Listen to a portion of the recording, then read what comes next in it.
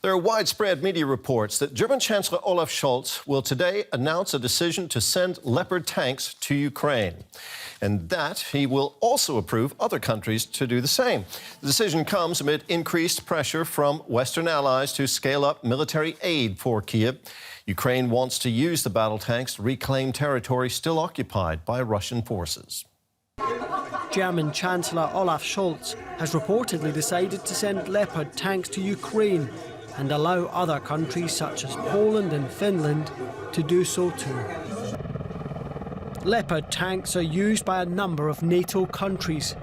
They're seen by defence experts as the most suitable heavy battle tanks for Ukraine's needs. Volodymyr Zelensky welcomed the news, but says he needs 300 tanks. There is a lot of talk about tanks now, about the modern tanks we need and how this deficit can be filled. Many efforts, words, promises. But it is important to see reality. It is not 5 or 10 or 15 tanks.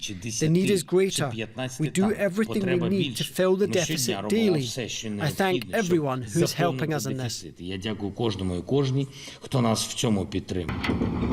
As he spoke, reports emerged from the United States that Washington was preparing to send Abrams M1 battle tanks.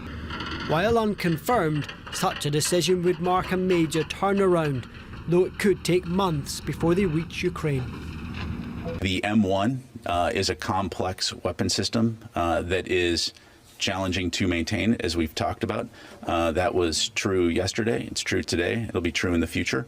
Again, without getting into hypotheticals, any time that we've provided Ukraine with any type of system, we've provided the training and sustainment capabilities with that. The developments come after a number of allied countries expressed frustration with Germany over its reluctance to allow tank deliveries.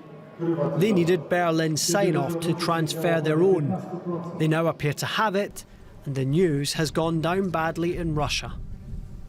Of course, these deliveries would bring nothing good to future relationships. They will leave a lasting mark. The world now waits to see whether Ukraine gets the tanks it so desperately wants, and in time to fend off a Russian offensive in the spring.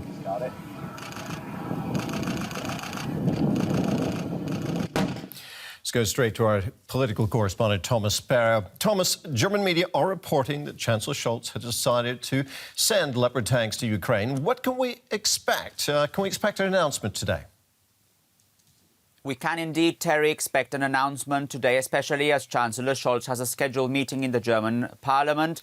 So it is very probable that he will announce that approval coming from Germany, not only when it comes to its own Leopard tanks. We're talking here of about 14 German Leopard tanks, but also authorizing allies to send their own German-made Leopard tanks. It is certainly an important decision coming from Germany, not only because of the pressure that the German government had been on, the criticism that the German government had received for what allies considered Germany's reluctance on the international stage. It will probably help ease that pressure if indeed the German Chancellor today, as expected, confirms Germany's approval when it comes to the Leopard tanks. What led to this decision, Thomas? Well, on the one hand, the growing pressure on Germany to do so, coming from different allies. That's certainly one element that has to be considered. But the German government has stressed on various occasions that it did not want what it described as unilateral decisions. In other words, only sending German-made tanks. And that's why part of this decision will probably also be that the US will send its own US-made tanks as well. This is part of Germany's understanding that these decisions have to be made together with its closest allies and not only Germany deciding on the delivery of those tanks. So on the one hand, it's the pressure. On the other hand, it is certainly that idea that for Germany is particularly important, that decisions when it comes to military deliveries to Ukraine have to be made in accordance and hand in hand with Germany's closest international allies. So when we put those 14 Leopard tanks that you're talking about together with all the German support that's gone there so far, where does that put Germany in terms of support for Ukraine? Well, it certainly puts Germany, and that's something that, by the way, the German government has reiterated many times in the past. It puts Germany as one of the countries that has helped Ukraine the most, not only economically and politically, but now clearly also militarily as well. And that despite the criticisms coming from Germany's allies about Germany's reluctance and the fact that it takes a long time when it comes to making these decisions. Germany is certainly among the countries that has helped Ukraine the most. Thomas, thank you very much. Our political correspondent, Thomas Sparrow. Calls for Berlin to approve delivery of Leopard tanks have been growing louder in recent days. But just what is it about the German-made tank that makes it the weapon of choice for Ukraine? It's the flagship of the German army. The Leopard 2, a heavily armed battle tank with superior firepower. Weighing close to 60 tons, it can hit targets at a distance of up to 5 kilometers and protect itself and other vehicles from all kinds of threats, while still being agile and easy to maneuver. That's why it's widely regarded as the best of its kind. Developed for the Bundeswehr more than 40 years ago and built in Germany, the Leopard 2 is now also used by many other countries, especially in Europe, but also in Canada, Chile, Qatar, Indonesia and elsewhere. More than 3,500 units are used worldwide by some 19 nations. Over time, the tank was upgraded and adjusted for use in specific environments. So several different versions have emerged, and not all of them are still up to date. Refurbishing them to make them fit for combat in Ukraine takes time. So even with a political decision made, it could take months until the Leopard 2 can make a difference on the front line. More, we're joined now by DW's Matthias Berling, who is in Kyiv. Matthias, how are Ukrainians reacting to reports that their forces could soon be getting modern German battle tanks from the West? There has been an intense campaign on social media and in civil society in Ukraine for these tanks, for Germany to send these tanks, and a lot of frustration with the hesitant German position so far. So you can imagine that there are lots of people who are now expressing joy. There is the hope that this battle tank will make a big difference on the battlefield, that it will help the Ukrainian army to get into the offensive, to get the upper hand again, and that's why civil society is welcoming this decision, and people have expressed gratitude to Germany for finally making this decision and the hope that things will change for Ukraine with these tanks.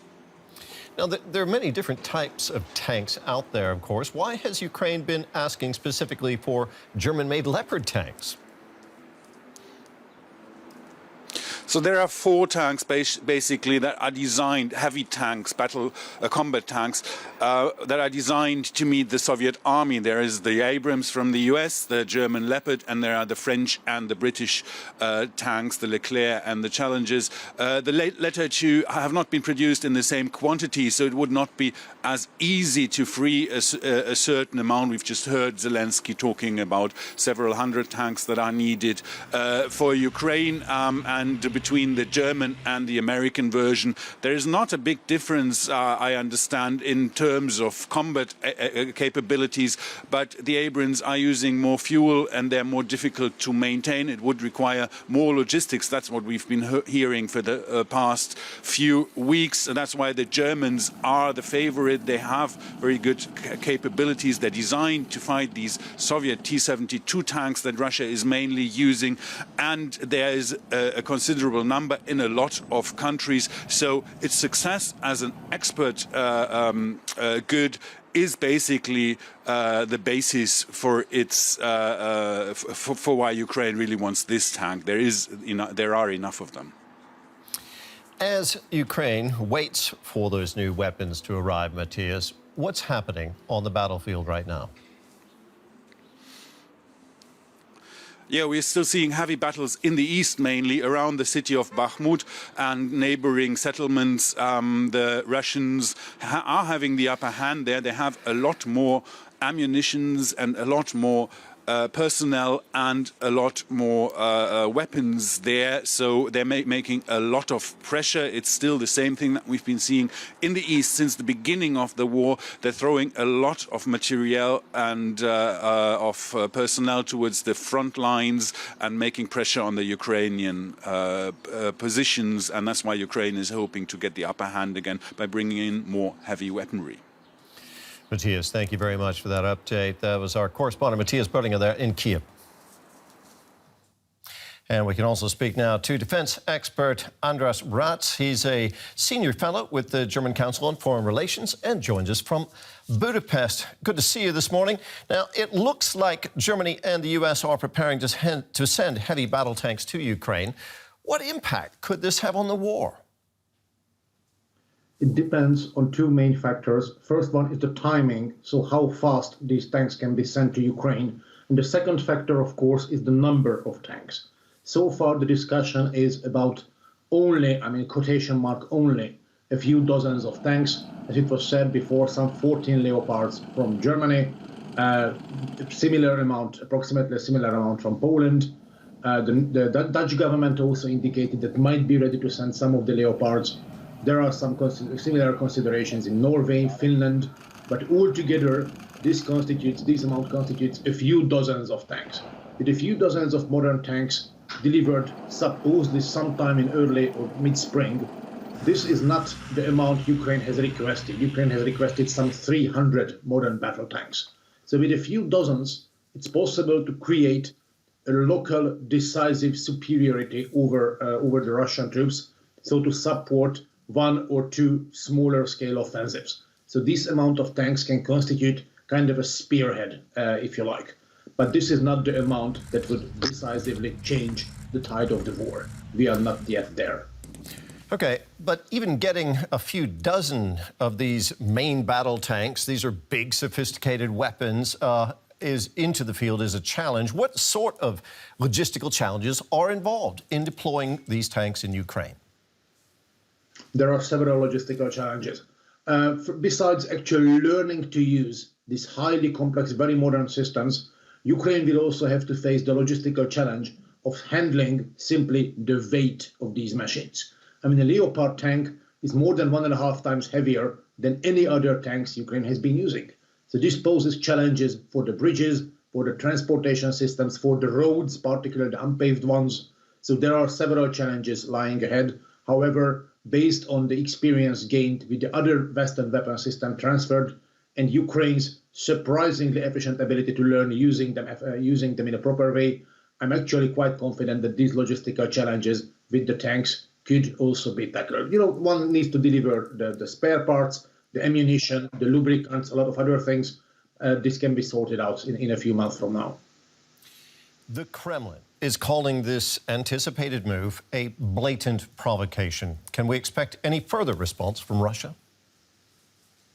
Certainly, yes. However, Russia is unable to give a fully symmetric response. What I mean by that is that Russia doesn't have its own modern tanks yet in reserve, which now could be deployed to the front line. Russia has already deployed to the front line everything it could deploy. Russia has kept talking about deploying the T-14 Armata tanks. However, in reality, the Armata is not yet finished. Its combat testing is not yet finished. And so far, there are approximately 2 dozens of Armatas manufactured altogether. So even if Russia delivers a few Armatas, those will serve mostly information and propaganda purposes. It's highly unlikely that Moscow would send them to actual battle. So instead of giving a fully symmetric answer, we can expect a lot of information pressure from Russia, further degradation of the still existing diplomatic ties, and possibly the delivery of Western tanks might contribute to Russia's decision to a second wave of mobilization. However, Russians also know it, that a few dozens of tanks are not going to change the war. So I do not expect an immediate escalation from the Russian side. We will see a bit more exact a few weeks later when we see the exact numbers and types of tanks delivered to Ukraine. Andras, thank you very much for talking with us today. That was Andras Ratz, a senior fellow with the German Council on Foreign Relations.